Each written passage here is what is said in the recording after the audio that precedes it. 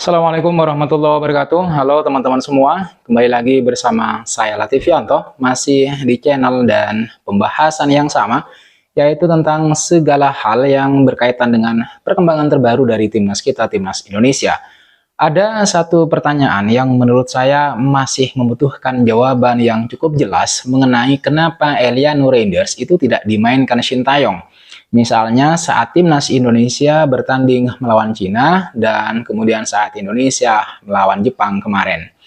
Memang yang menentukan pemain siapa saja yang akan diturunkan atau dimainkan itu adalah pelatih kepala.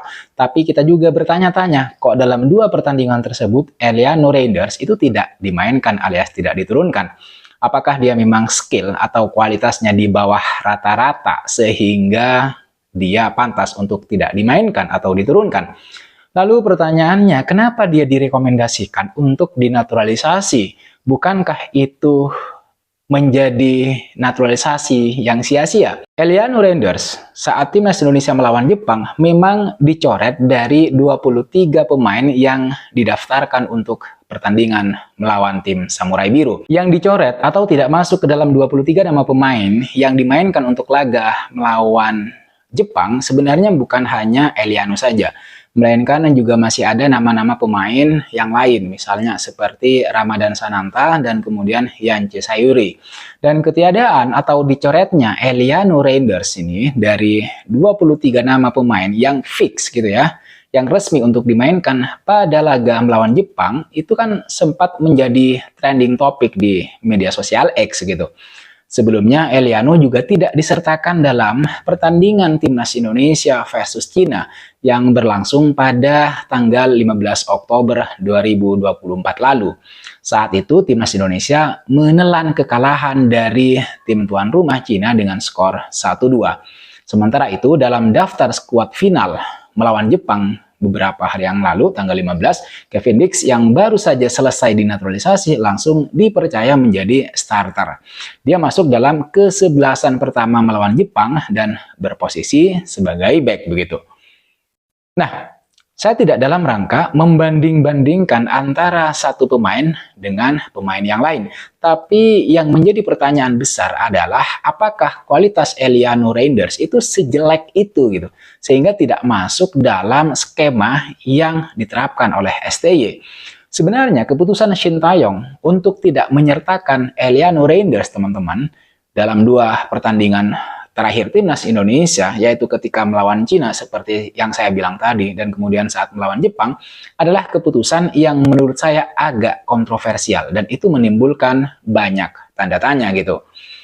Banyak menimbulkan tafsir.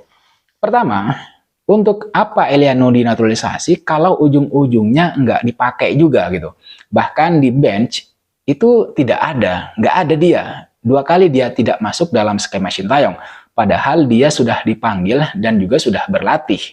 Sebenarnya nasibnya ya sama dengan Ramadan Sananta dan kemudian juga Yance Sayuri. Tapi kan Ramadan Sananta dan Yance Sayuri ini dua pemain yang berkarir di Liga 1. Pemain yang menurut saya tidak perlu dinaturalisasi dan itu sudah pasti. Nah, ini ada pemain yang sudah dinaturalisasi tapi baru satu kali dimainkan. Dan alasannya dia nggak masuk dalam skema Sintayong gitu.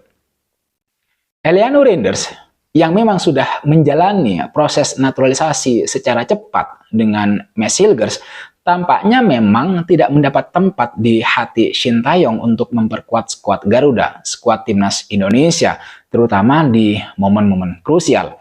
Padahal kalau kita lihat secara statistik teman-teman, Eliano Reinders ini sejatinya ya memiliki statistik yang tidak buruk untuk seorang bek kanan. Di musim 2024-2025, dia telah bermain dalam 8 pertandingan di Liga Utama Belanda. Dari jumlah itu, 3 laga dimulai sebagai starter, sementara sisanya sebagai pemain pengganti, mengawali permainan dari bangku cadangan. Dalam 45 menit rata-rata pertandingannya, kontribusi Eliano itu cukup stabil meskipun belum bisa mencetak gol atau assist. Menurut data SofaScore, Eliano mencatatkan rata-rata 2,4 tackle sukses per pertandingan, 1,6 sapuan, akurasi operan mencapai 83% dengan 67% diantaranya terjadi di area pertahanan lawan, serta 0,8 intercept per laga. Menurut data dari Transfer Market, Eliano sering ditempatkan sebagai bek kanan, menunjukkan fleksibilitasnya dalam bermain di beberapa posisi.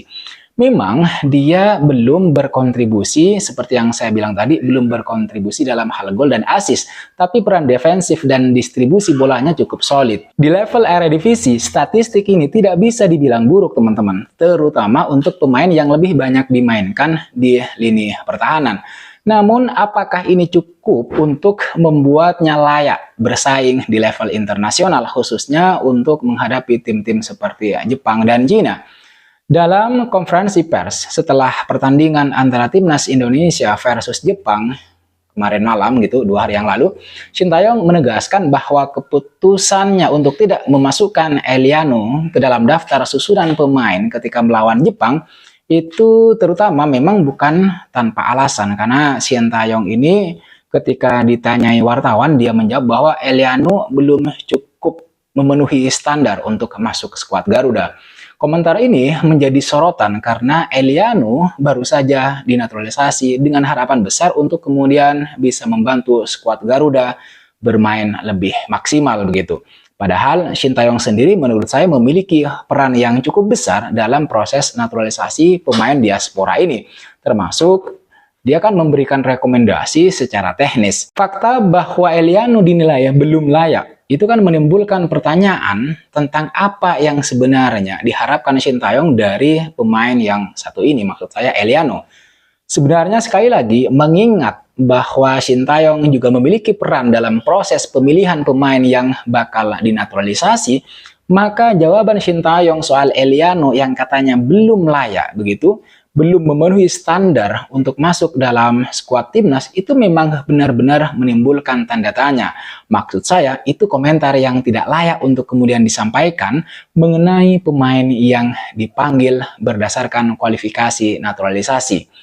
Bayangin aja, kalian udah menaturalisasi pemain diaspora, tapi ujung-ujungnya pemain itu bukan hanya duduk di bench atau bangku cadangan, tapi juga sekaligus dicoret dari daftar akhir pemain gara-gara belum layak masuk skuad.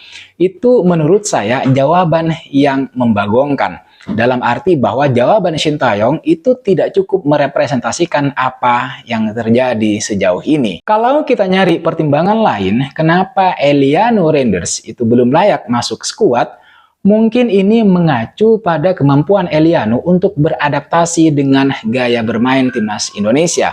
Meskipun statistiknya cukup baik begitu di klub, bermain untuk timnas seringkali memang membutuhkan kemampuan yang lebih dari sekedar catatan statistik di atas kertas.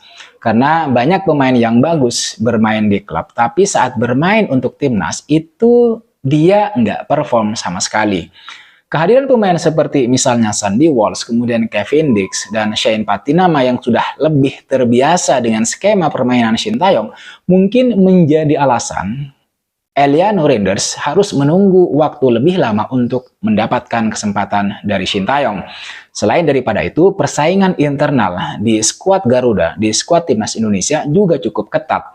Kevin Dix yang baru saja menyelesaikan proses perpindahan federasi telah langsung masuk ke dalam skuad utama timnas. Sementara itu, Sandy Walsh meski belum banyak bermain untuk klubnya di Belgia, tetap dipercaya untuk memperkuat pertahanan timnas Indonesia.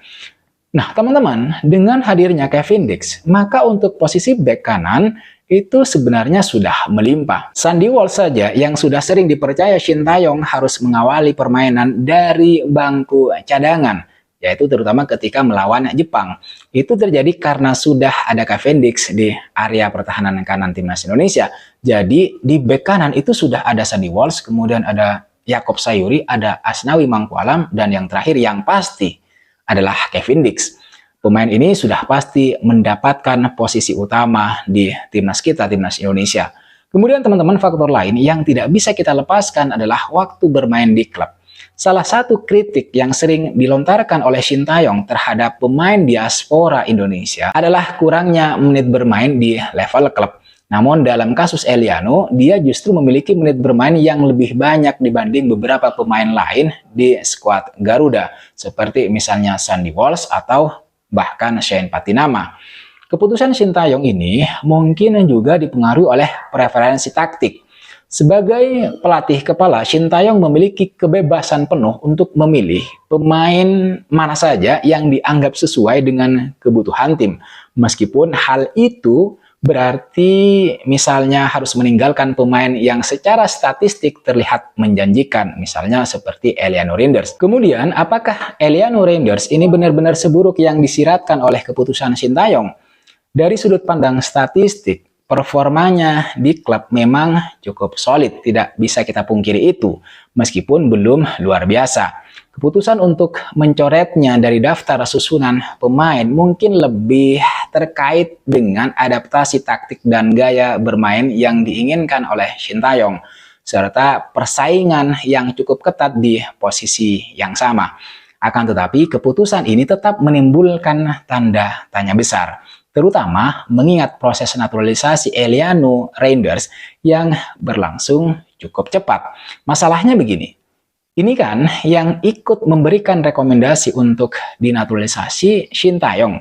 Tapi setelah dinaturalisasi, Shin Tae-yong sendiri itu nggak mau memberikan kesempatan bermain kepada Eliano Reinders. Ini kan aneh gitu. Tapi ya sudahlah, itu keputusan pelatih kepala. Dan saya kira kita masih perlu menunggu waktu yang lebih lama untuk melihat Eliano Reinders dimainkan di timnas kita, timnas Indonesia. Dan saya kira itu kita tidak akan melihat itu ketika timnas Indonesia melawan Arab Saudi nanti di tanggal 19. Oke teman-teman, saya kira itu yang bisa saya bahas, yang bisa kita diskusikan. Terima kasih sudah menonton video ini sampai selesai. Terima kasih juga buat kalian yang sudah memberikan kritik, saran, dan masukannya. Jangan lupa like, comment, dan subscribe. I'll see you in the next video.